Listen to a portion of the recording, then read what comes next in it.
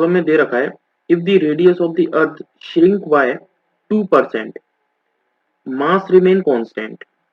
Okay, पहले उसने दिया है कि mass is equals to constant.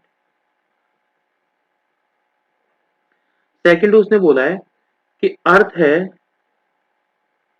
ये अर्थ है, इस अर्थ की रेडियस r है, तो इस r रेडियस को 2% श्रिंक किया गया है। 2% श्रिंक।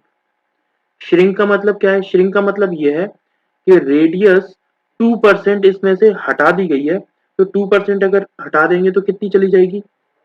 अगर रेडियस 100 हो, 100%, तो 100% में से अगर 2% इसका कम कर दिया जाए तो रेडियस अपने पास कितनी बचेगी? 98%। ये रिमेनिंग रेडियस है। ओके, श्रिंक का मतलब ये है कि इसमें से कम कर दी गई है, इसकी रेडियस जितनी थी उससे कम कर दी गई है 2%।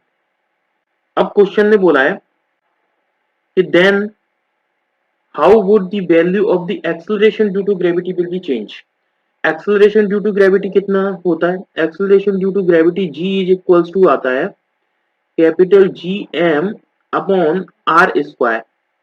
अब वो पूछ रहा है कि इसमें कितना चेंज आएगा अगर 2% हमने ये जो रेडियस है उसकी श्रिंक कर दी है। ओके, अपन इसे सॉल्व करते हैं। पहले मैं दोनों साइड एलसीएम ले रहा हूँ, सॉरी लॉग ले रहा हूं मैं दोनों साइड। तो अगर इस साइड में लॉग लूंगा तो ये आएगा log g is equals to log capital G plus log capital M minus 2 into log capital R। यहां पर G ऑलरेडी कांस्टेंट होता है क्योंकि ये यूनिवर्सल ग्रेविटेशनल कांस्टेंट है। मास प्रॉब्लम ने दे रखा है कि ये कांस्टेंट है। तो क्या इस वाली इक्वेशन का, इसे अगर इक्वेशन नंबर 1 माना जाए, इसका मैं अगर डिफरेंशिएशन करता हूं तो डिफरेंशिएशन में मुझे क्या मिलेगा? देखो, D G upon G is equals to, इसका डिफरेंशिएशन हो जाएगा 0 प्लस एम भी कांस्टेंट है तो इसका डिफरेंशिएशन हो जाएगा 0 माइनस, यहाँ आएगा 2 into change in radius upon original radius. यहां उसने बोला है कि चेंज इन रेडियस यानी डी आर अपॉन आर, ये कितना है? D R upon R. Okay, अगर ओरिजिनल रेडियस कितनी है? 100%, और चेंज इन रेडियस कितनी है? 2%। मींस डी आर की वैल्यू कितनी है? Change in radius, change in radius है 2। अब 2 कैसा श्रिंक हो रहा है? तो -2।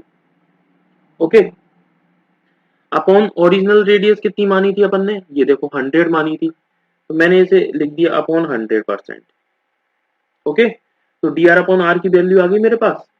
यहां से मुझे डी जी अपॉन जी निकालना है, तो मैं लिख रहा हूं D G upon G is equals to -2 into -2 upon 100 is equals to, ये कितना आ रहा है?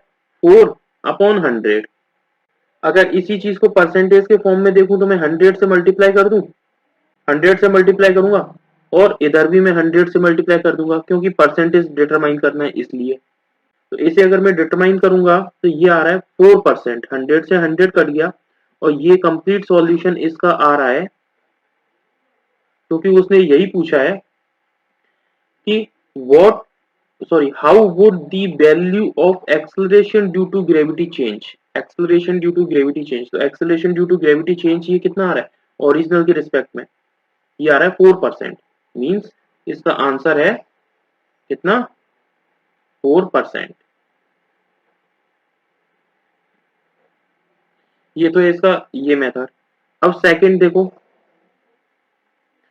जब भी अपन कंपटीशन में प्रॉब्लम इस तरीके की सॉल्व करते हैं, क्योंकि ये क्वेश्चन फ्रिक्वेंटली पूछे जाते हैं, तो कंपटीशन में जब भी अपन इस तरीके के क्वेश्चंस को सॉल्व करते हैं तो इसका सिंपल सा एक मेथड होता है कि जितने परसेंट आपको श्रिंक दिया जाए, श्रिंक दिया जाए या रेडियस इंक्रीज दी जाए, अगर क्वेश्चन ने बोला है कि सपोज x% रेडियस श्रिंक हो रही है,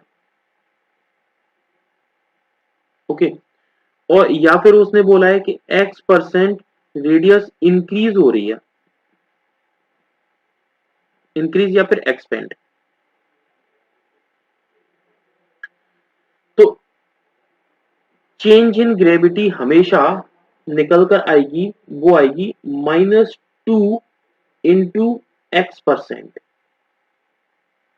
माइनस अगर श्रिंक दे रखा है तो यहां पर x नेगेटिव में रखना है, अगर ये श्रिंक दे रखा है तो नेगेटिव x आएगा, नेगेटिव आएगी ये वैल्यू, और अगर एक्सपेंड या फिर इंक्रीज दे रखा है तो ये वाली वैल्यू आएगी पॉजिटिव।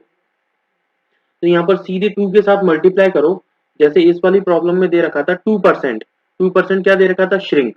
तो देखो अगर यहाँ पे मैं 2% रखता हूँ तो इसका आंसर कितना आ जाएगा, -2 इंटू -2 इज इक्वल्स टू 4%। तो 4% क्या हुई, इंक्रीज हुई है, क्लियर। ग्रेविटी कितनी इंक्रीज हो जाएगी, 4% इंक्रीज हो जाएगी।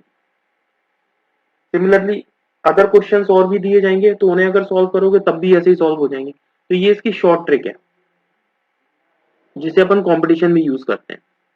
Thank you.